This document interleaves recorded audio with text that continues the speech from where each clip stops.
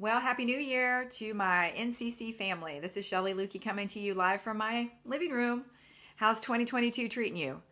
Well, by now you should be about halfway through the fast, and we hope that these little devotionals that we've put out here have been just the shot in the arm you need to get through every day to encourage you in your faith. Now, I hope, like me, you are being encouraged in your faith and your flesh. Or is it your flesh, then your faith? I don't even know. All I know is I've been challenged in my flesh because I ain't gonna lie, I don't like to fast. But I'm doing it out of obedience because number one, our pastor asked. Number two, we are encouraged by the Lord to do it as well. So here we go.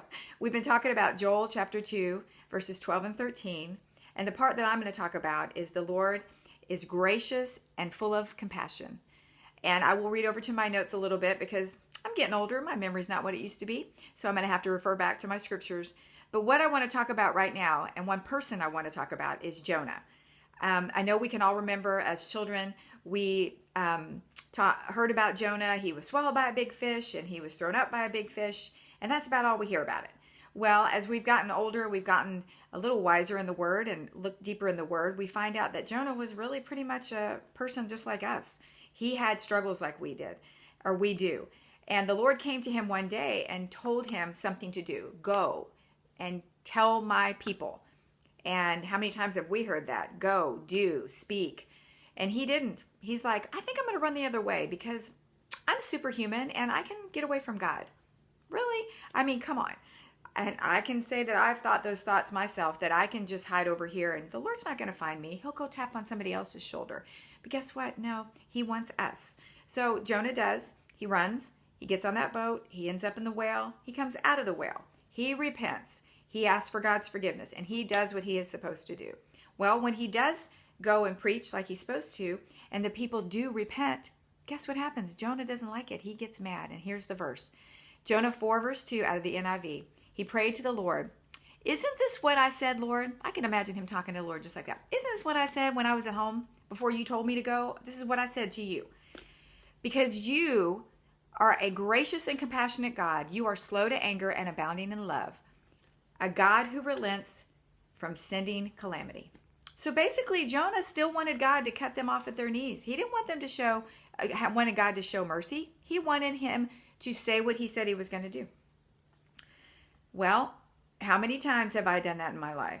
How many times have I seen so-and-so do something awful or get away with something and I just want them, But that's not God to us. How many times have I done that? But thank God, he is gracious and compassionate. And Lamentations 3 verse 22 in the Amplified Bible says, it is because of the Lord's loving kindness that we, me, Shelly, you, put your name in there, that you are not consumed, because his tender compassions never fail. You know, Jonah finally got it together. He realized, God showed compassion on him and got him out of that well. And he still was like, but God, you should wipe him off the face of the earth. Why are you showing gracious, compassionate ways? But that's how God is. Isn't that how our Father is? No matter how bad we can be, he still shows us grace and mercy every day. Grace and compassion and love every morning. Great is thy faithfulness every morning. And the one thing that I think in Jonah's case is that he knew of God's gracious, compassionate ways. He was a man that had seen it before in his life.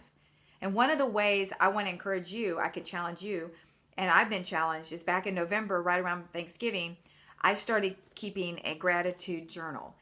Every day I wrote down something that I was thankful for. In the beginning, it started out as the usual things, the health and my salvation and my good church, my family, my country. But now it's gotten to the point of, I'm thankful for coffee and chocolate and fuzzy slippers and great music and the rain falling on the roof and snow coming to Georgia just one time a year. I mean, things like that. The Bulldogs winning.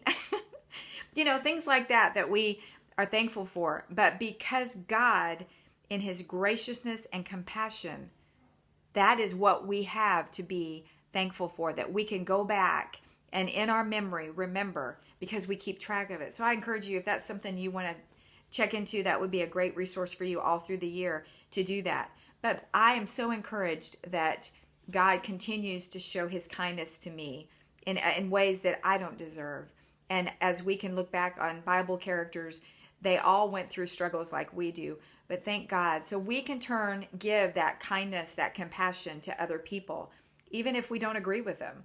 You know, we have so much dissension going on in our communities, in the world, and even in our churches. But if we would just simply lay all that down and be like Christ, showing gracious, compassionate ways to people, man, what a change we would see in our own life and in the lives of those around us. So I pray that God will reveal himself to you as you continue on with this fast. And as we enter into the Sunday, we break the fast. Yes, we'll be super thankful we get to eat and have all the things we've missed for a whole week. Like, it was really hard, I know. It really is hard every day. But we get through it. But thank God, you know, like Lamentations says one more time, it is because of the Lord's loving kindness that we are not consumed, because his tender compassions never fail. So be encouraged, New City Church. We love you, and we are excited about what God's going to do through this fast and in the life of our church in this next year. Be blessed. Have a great day.